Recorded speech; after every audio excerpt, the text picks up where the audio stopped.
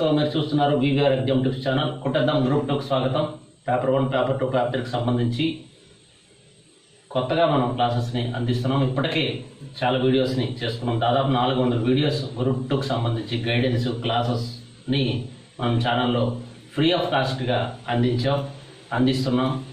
అలాగే పేపర్ 3కి సంబంధించి ఇండియన్ ఎకానమీకి సంబంధించి అయితే ఇప్పటికే 3 యూనిట్లని కంప్లీట్ చేసుకున్నాం. 4 యూనిట్లో కూడా మనం ద్రవ్యం చాప్టర్ని కొనసాగిస్తున్నాం.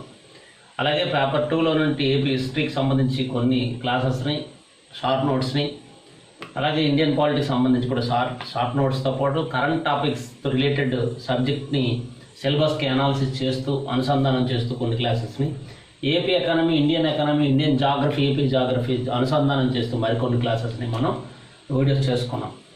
ఇవన్నీ కూడా మీరు ఛానల్ సబ్స్క్రైబ్ చేసుకోవడం ద్వారా మీకు అవైలబుల్ అవుతాయి. కొత్తగా ఛానల్ చూసేవారు ప్రీవియస్ వీడియోస్ ఒకసారి చూడండి, ప్లేలిస్టులు చూడండి. మీకు ఏ రకమైనటువంటి వీడియోస్ కావాలో అన్ని వీడియోస్ కూడా మనం ఛానల్లో అవైలబుల్గా ఉన్నాయి. అది సర్వీస్ మోటోతో అందిస్తున్నటువంటి ఈ ప్రయత్నం ఇది. మీకు ఉపయోగించుకొని మీరు సక్సెస్ అవ్వడం అనేది ఇంపార్టెంట్. అంతేగాని మిగతా ఛానల్స్తోనో లేదా మిగతా వాటితో కంపేర్ చేయడం అనేది భావ్యం కాదు. మనం కమర్షియల్గా చేస్తే మీరు కంపేర్ చేయొచ్చు, అది మీరు ఆలోచించుకోండి. అభ్యర్థులు మీరు సక్సెస్ అవ్వడం అన్నది ఎంత ముఖ్యమో ఈ ఛానల్లో క్లాసెస్ని కూడా అంతే ముఖ్యంగా చెప్పడం జరుగుతుంది. మీరు క్లాసెస్ వినిన తర్వాత మీ అభిప్రాయాన్ని వ్యక్తం చేయాలి. రైట్, ఈరోజు కాన్సెప్ట్ చూసుకుంటే ద్రవ్యోల్బణం సంబంధించి మనం ద్రవ్యోల్బణ విరామం అని చెప్పి ఒక మంచి కాన్సెప్ట్ చెప్పుకున్నాం. అంతకుముందు ద్రవ్యోల్బణం రకాలు, అలాగే ద్రవ్యం విధులు, ఇలా డిఫరెంట్ క్లాసెస్ అన్నింటినీ మన సిలబస్ ఆధారంగా అయిపోయినాయి, కంప్లీట్ చేసేసాం. ఈ ద్రవ్యోల్బణకు సంబంధించి ఏంటంటే కొన్ని టెర్మినాలజీ, కొన్ని పదజాలం ఉంది. ఆ పదజాలం కూడా మనం నేర్చుకోవాలి, అవగాహన పెంచుకోవాలి. ఏంటంటే ఎగ్జామ్ పాయింట్ ఆఫ్ వ్యూలో ఇవి చాలా ఇంపార్టెంట్. చాలా చిన్న వీడియో కానీ బట్ చాలా ముఖ్యమైనటువంటి అంశాలు ఇవి. వీటిని మీకు తెలియజేద్దామన్న ఉద్దేశంతో ఈ వీడియో చేస్తున్నా. వీడియోలోకి వెళ్దాం. గ్రూప్ 2 ఇండియన్ ఎకానమీ పేపర్ 3కి సంబంధించి మనం ఈరోజు ద్రవ్యోల్బణంకి సంబంధించి కొన్ని టెర్మినాలజీ, కొన్ని పదజాలం నేర్చుకుందాం. వాటి కాన్సెప్ట్కి సంబంధించి భావనలు అనమాట, ద్రవ్యోల్బణ భావనలు అని మనం చెప్పుకోవచ్చు. ఆ భావనలకు సంబంధించిన అంశాలని నేర్చుకుందాం. ఎగ్జామ్లో మనకి ఇలాంటి పదజాలాలు వచ్చి వాటికి సంబంధించినటువంటి కంటెంట్ అడిగే అవకాశం ఉంటుంది. కాబట్టి ఇది మనం తప్పనిసరిగా నేర్చుకోవాలి, మనం నోట్స్లో రాసుకోవాలి. జస్ట్ ఇది యాస్టీస్గా మీ మెటీరియల్స్లో ఉంటుంది. కాకపోతే ఆ కాన్సెప్ట్ని కాస్త ఎక్స్ప్లెయిన్ చేసే ప్రయత్నం నేను చేస్తాను. ఇక్కడ చూస్తే మనకి డిస్ఇన్ఫ్లేషను, డిఫ్లేషను, రిఫ్లేషను, స్టాగ్ఫ్లేషను అని చెప్పి ఒక 4 రకాల పదాలు మనకి ఉన్నాయి, ఈ ఆర్థికవేత్తలు ఉపయోగించారు. ఏమిటి డిస్ఇన్ఫ్లేషన్ అంటే ఏమిటి అన్నది ముందు చూద్దాం. మనం ద్రవ్యోల్బణం అంటే మనందరికీ తెలిసింది, నిరంతరం ధరలు పెరగడం. అంటే మార్కెట్ శక్తుల వలన, అంటే మార్కెట్ శక్తుల ప్రభావం వలన ధరలు పెరిగితే దాన్ని మనం ద్రవ్యోల్బణం అంటాం. ఈ ద్రవ్యోల్బణ పరిస్థితులు ఏమవుతాయి అంటే ధరలు పెరగడం, తద్వారా ఉత్పత్తి, ఉద్యోగిత అనేది వృద్ధి చెందడం అనేది జరుగుద్ది. ఇది మనకి ద్రవ్యోల్బణకు సంబంధించి ఇప్పటివరకు మనం చర్చించుకున్నాం. రకరకాల విశ్లేషణలతో వాటి గురించి మనం గత వీడియోస్లో చెప్పుకున్నాం. ఇప్పుడు ఏంటంటే ఇక్కడ డిస్ఇన్ఫ్లేషన్ చూద్దాం. డిస్ఇన్ఫ్లేషన్ అంటే ధరలు పెరుగుతున్నప్పుడు ప్రభుత్వం తీసుకున్న చర్యల వల్ల ధరలు తగ్గితే, అంటే ధరలు ఎప్పుడైతే పెరుగుతున్నాయో ప్రజల్లో ఒక రకమైన ఆందోళన పెరుగుతుంది, ఆ వ్యతిరేకత అనేది వస్తుంది. దీన్ని అడ్డుకోవడానికి ప్రభుత్వాలు ఏం చేస్తాయి, ధరలు తగ్గించే ప్రయత్నం చేస్తాయి. ఇక్కడ ప్రభుత్వాలు ప్రజలు వ్యతిరేకత వ్యక్తం చేస్తున్నారనే కాదు, జనరల్గా ధరలు పెరగడం వల్ల ఏమంటే సామాన్యులకి బతుకు భారం అవుతుంది. అందుకు సామాన్యుల దృష్టిలో పెట్టుకొని ధరల తగ్గుదల అన్నది ప్రభుత్వం ఖచ్చితంగా చర్యలు చేపట్టాల్సి ఉంటుంది. ద్రవ్యోల్బణం అన్నది కూడా అది వృద్ధి రేటు మీద పడుతుంది, పరిశ్రమల ఉత్పత్తి మీద పడుతుంది, డిమాండ్ మీద పడుతుంది, తద్వారా జాతీయ ఆదాయం మీద కూడా పడుతుంది. అంటే ఒక ధరలు పెరగడం అన్నది ద్రవ్యోల్బణానికి దారితీస్తే దాని ప్రభావం అన్నది మొత్తం ఆర్థిక వ్యవస్థ మీద ఖచ్చితంగా ఉంటుంది. కాబట్టి కూడా ప్రభుత్వం ధరల్ని అరికట్టడం అన్నటువంటి చర్యలు ఖచ్చితంగా తీసుకుంటుంది. ఈ రకంగా ప్రభుత్వం తీసుకున్న చర్యల వల్ల ధరలు తగ్గాయనుకోండి, దాన్ని ఈ ధరలు తగ్గేటప్పుడు ఉత్పత్తి, ఉపాధి స్థాయిలో మాత్రం ఎలాంటి మార్పులు ఉండవు. అంటే ధరల తగ్గుదల అన్నది ప్రభుత్వ స్థాయిలో జరుగుతుంది. కాబట్టి ధరలు పెరగడం అనేది సహజంగా జరుగుతుంది. ధరలు పెరిగేటప్పుడు ప్రభుత్వాలు స్పందించి ధరలు తగ్గించడానికి కొన్ని చర్యలు చేపడతాయి. అంటే ఉత్పత్తిని పెంచడం, మార్కెట్కి డిమాండ్కి తగ్గట్టుగా సరఫరాను పెంచడం, ఎగుమతుల్ని నిషేధించడం, కొన్ని బ్లాక్ మార్కెటింగ్ ఇలాంటి వాటిని అరికట్టే ప్రయత్నం చేయడం, లోకల్గా చిన్న చిన్న మార్కెట్స్ని ప్రోత్సహించడం, రాయితీ ధరలకు అందించడం, ప్రభుత్వమే కొనుగోళ్లు అమ్మకాలు లాంటివి నిర్వహించడం, ఇలాంటి చర్యలు చాలా వరకు చేపడుతుంది. అంటే ఇలాంటి చర్యల వల్ల ఏమవుతాయి అంటే ధరలు ఆటోమేటిక్గా తగ్గుతాయి, అందుబాటులోకి వస్తాయి. ఇలాంటి చర్యలు అయితే ప్రభుత్వం ఎప్పుడైతే తను తాత్కాలికంగాను కొన్ని శాశ్వతంగాను కొన్ని నిర్ణయాలు తీసుకొని చర్యలు చేపడతాయి. అంటే పన్నులు తగ్గించుకోవడం కానీ, ఎగుమతులు నిషేధించడం కానీ, లేదంటే దిగుమతులు పెంచడం కానీ, ఏ వస్తువులు అయితే డిమాండ్ ఉండి ఉత్పత్తి ఇక్కడ లేవో అలాంటి వస్తువులు దిగుమతి చేసి వస్తువు అందుబాటులోకి తేవడం, రాయితీ ధరలకు అందించడం. అంటే ఏదైతే ఉత్పత్తి వ్యయమైందో ఆ ఉత్పత్తి వ్యయాన్ని ప్రభుత్వమే భరించడం. ఇలాంటి చర్యల వల్ల ఏమవుతుంది, ధరలు ఆటోమేటిక్గా తగ్గుతాయి. అయితే ఇలా ధరలు తగ్గేటప్పుడు మాత్రము ఉత్పత్తి ఉపాధి స్థాయి తగ్గవు. ఎందుకంటే అంతకు ముందు ధరలు పెరిగినప్పుడు ఉత్పత్తి ఏ రకంగా ఉందో ధరలు తగ్గినప్పుడు కూడా అదే ఉత్పత్తి కొనసాగుతుంది, ఉపాధి కూడా కొనసాగుతుంది. అంటే ధరలు పెరిగినప్పుడు ప్రభుత్వం తీసుకున్న చర్యల వల్ల ధరలు తగ్గితే ఆ తగ్గేటప్పుడు ఉత్పత్తి ఉపాధి స్థాయి తగ్గవు. కానీ జనరల్గా ద్రవ్యోల్బణం టైంలో ఏమవుతుంది, ధరలు పెరిగేటప్పుడు ధరలు అదుపులోకి ఉంచి లేదా ధరలు తగ్గింది అనుకోండి, ధరలు తగ్గితే ఏమవుతుంది, ఉపాధి దెబ్బతింటుంది, ఉత్పత్తి దెబ్బతింటుంది. కానీ ఇక్కడ మాత్రం ధరలు పెరిగినప్పుడు ప్రభుత్వం తీసుకున్న చర్యల వల్ల ధరలు తగ్గితే ఆ ధరలు తగ్గేటప్పుడు ఉత్పత్తి ఉపాధి స్థాయిలో ఎలాంటి మార్పు ఉండదు. అనగా నిరుద్యోగితపై ఎలాంటి ప్రభావము చూపకుండా ద్రవ్యోల్బణాన్ని తగ్గించే పరిస్థితినే డిస్ఇన్ఫ్లేషన్ అంటారు. అత్యంత కీలకమైనటువంటి పాయింట్ ఇది. డిస్ఇన్ఫ్లేషన్ అంటే ద్రవ్యోల్బణాన్ని అరికట్టే ప్రయత్నంలో ప్రభుత్వం తీసుకున్న చర్యల వల్ల ఉత్పత్తిలో కానీ ఉపాధిలో కానీ నిరుద్యోగితపై కానీ ఎలాంటి ప్రభావం లేకుండా ధరలు తగ్గిందనుకోండి, దాన్నే డిస్ఇన్ఫ్లేషన్గా చెప్పుకోవచ్చు. ఇది చాలా ఇంపార్టెంట్. ఇక రెండోది డిఫ్లేషన్. ఇది ప్రతి ద్రవ్యోల్బణం అంటారు. అంటే ద్రవ్యోల్బణానికి వ్యతిరేకమైనటువంటి స్థితి ఇది.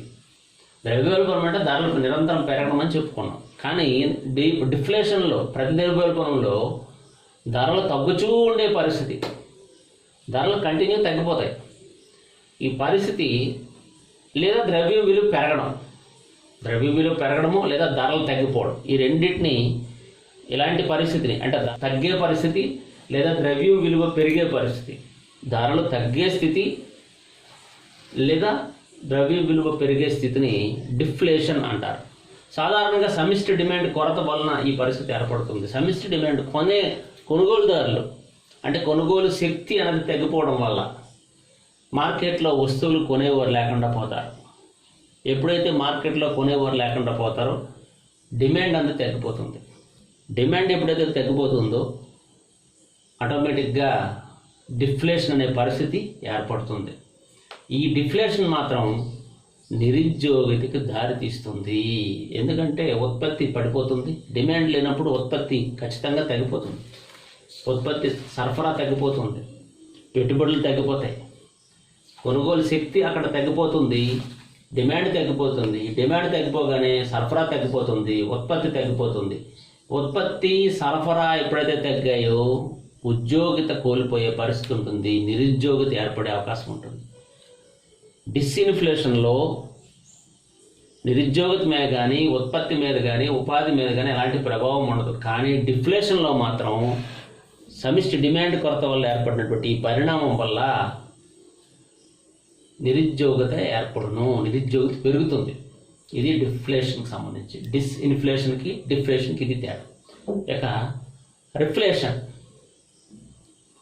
ఎప్పుడైతే ఆర్థిక వ్యవస్థలో ప్రతి ద్రవ్యోల్బణం ఉందనుకోండి, ఇప్పుడు చెప్పుకున్నాం ప్రతి ద్రవ్యోల్బణం ఎలా అంటే ధరలు తగ్గిపోవడం. ఈ ధరలు తగ్గే పరిస్థితులు ఏం చేస్తుంది ప్రభుత్వం, మళ్ళీ ధరలు పెరగడానికి కొన్ని చర్యలు చేపడుతుంది.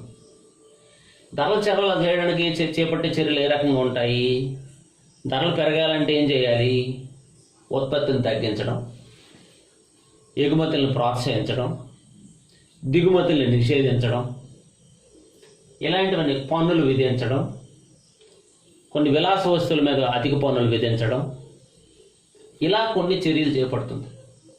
అంటే ఎగుమతుల్ని భారీ ఎత్తున పెంచడం, వస్తోత్పత్తిని తగ్గించడం, దిగుమతుల్ని నిషేధించడం, పన్నులు విధించడం,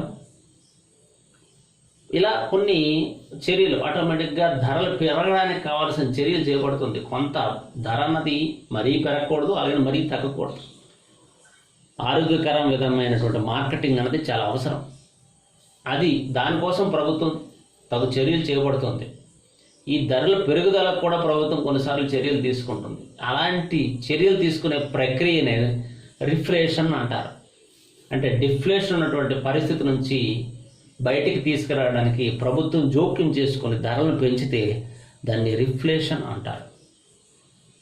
ఈ రిఫ్లేషన్ అంటే మనం కొన్ని అంశాలు ఇక్కడ గమనిద్దాం. ఇన్ఫ్లేషన్లోను రిఫ్లేషన్లోను రెండిట్లో కూడా మనకి ధరలు పెరుగుతాయి. ఇన్ఫ్లేషన్లోను అదే ద్రవ్యోల్బణంలోను రిఫ్లేషన్లోనూ కూడా ధరలు పెరుగుతాయి. అయితే ఇన్ఫ్లేషన్లో పెరుగుదలకు రీజన్ ఏంటి? మార్కెట్ శక్తులు. ఇన్ఫ్లేషన్లో ధరలు పెరగడానికి రీజన్ ఏంటి? మార్కెట్ శక్తులు. అదే రిఫ్లేషన్లో ధరలు పెరగడానికి ఏంటి? ప్రభుత్వ చర్యల కారణం. ఇన్ఫ్లేషన్లో అంటే మార్కెట్ శక్తుల వల్ల ద్రవ్యోల్బణంలో ధరలు పెరుగుతాయి. రిఫ్లేషన్లో ధరలు పెరగడానికి రీజను గవర్నమెంట్ ప్రభుత్వ చర్యలు అనమాట. డిఫ్లేషను డిస్ఇన్ఫ్లేషన్లో ధరలు తగ్గుతాయి. డిఫ్లేషన్లోను డిస్ఇన్ఫ్లేషన్లో కూడా ఏం జరుగుద్ది? ధరలు తగ్గుతాయి. ఈ రెండింటికి తేడా ఏంటి? డిఫ్లేషన్లో మార్కెట్ శక్తుల వల్ల ధరలు తగ్గితే నిరుద్యోగం పెరుగుతుంది. డిఫ్లేషన్లో మార్కెట్ శక్తుల వల్ల ధరలు తగ్గితే మరియు నిరుద్యోగత పెరుగుతుంది.